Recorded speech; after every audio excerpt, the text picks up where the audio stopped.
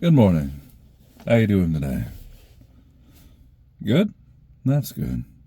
Me? Well, I'm blessed, not stressed. What's the topic of today's video going to be? Well, the topic of today's video is going to be found in Colossians 3:13. Forbearing one another and forgiving one another, if any man have a quarrel against any, even as Christ forgave you, so also do ye. Now, what does this mean?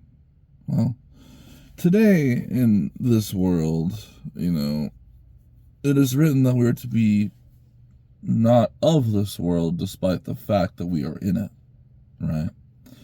And, well, I don't know if you've noticed, but not everyone gets along.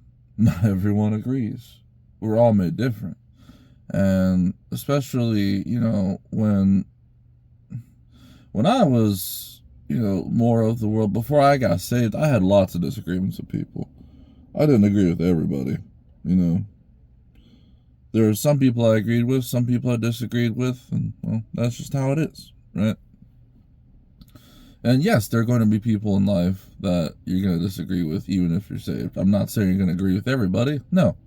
Because if you agree with everybody, you're agreeing with sin itself. Because they'll ask you, is doing this okay? And if you say yes, and it's not biblically, you're compromising just to avoid an argument. However, there's more than one way of avoiding an argument. Forgiving one another. If there's any quarrel, cut it out at the roots. It's just like dealing with sin. Obviously, unforgiveness is obviously a sin, don't get me wrong, but it's the same thing with sin. If you cut out the problem at the root, there's no way for it to grow.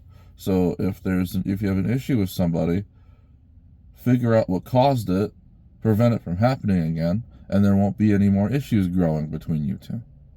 And it's the same thing with sin. If you have a bad habit when you go over to a friend's place to do bad things, maybe stop going to that friend's place, because there won't be any opportunity for you to do that bad thing anymore, regardless of whatever it is, right? Now, I'm saying this, and it sounds all idealistic, but it's true. You can do it. That's one of the things we can do while we're here.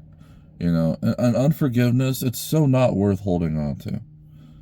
I don't know about you, but if I have, let's say I was driving to work. Actually, this morning is a perfect example. So I was driving to work, and, well, not everyone is good at planning, myself included. I ain't perfect. I ain't trying to say, I'm better than them, because no, I'm not saying I'm better than anyone. That's not true. I'm not better than anyone. Christ is better than everyone, but we are all nothing compared to him.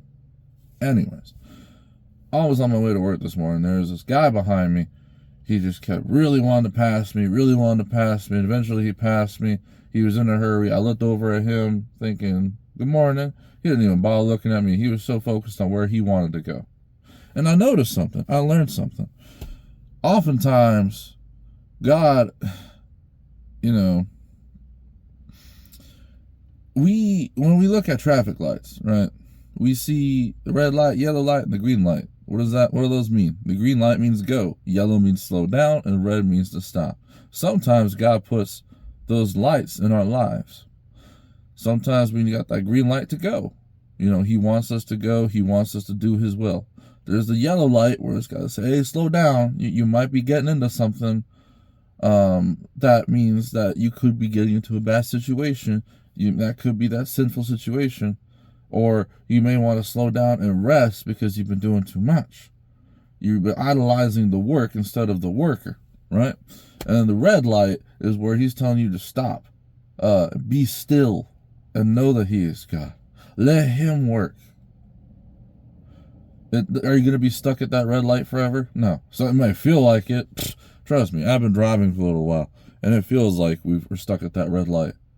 But he will give you that green light again. And sometimes it's the same thing with unforgiveness. But unforgiveness is what keeps us at that red light. So give him the green light to help you go by releasing the unforgiveness today. And don't let that green light of opportunity, don't let your if you forgive, you'll get that green light. But if you let the unforgiveness stick with you, you're the one causing that red light. You're the one causing yourself to stop. So stop stopping yourself.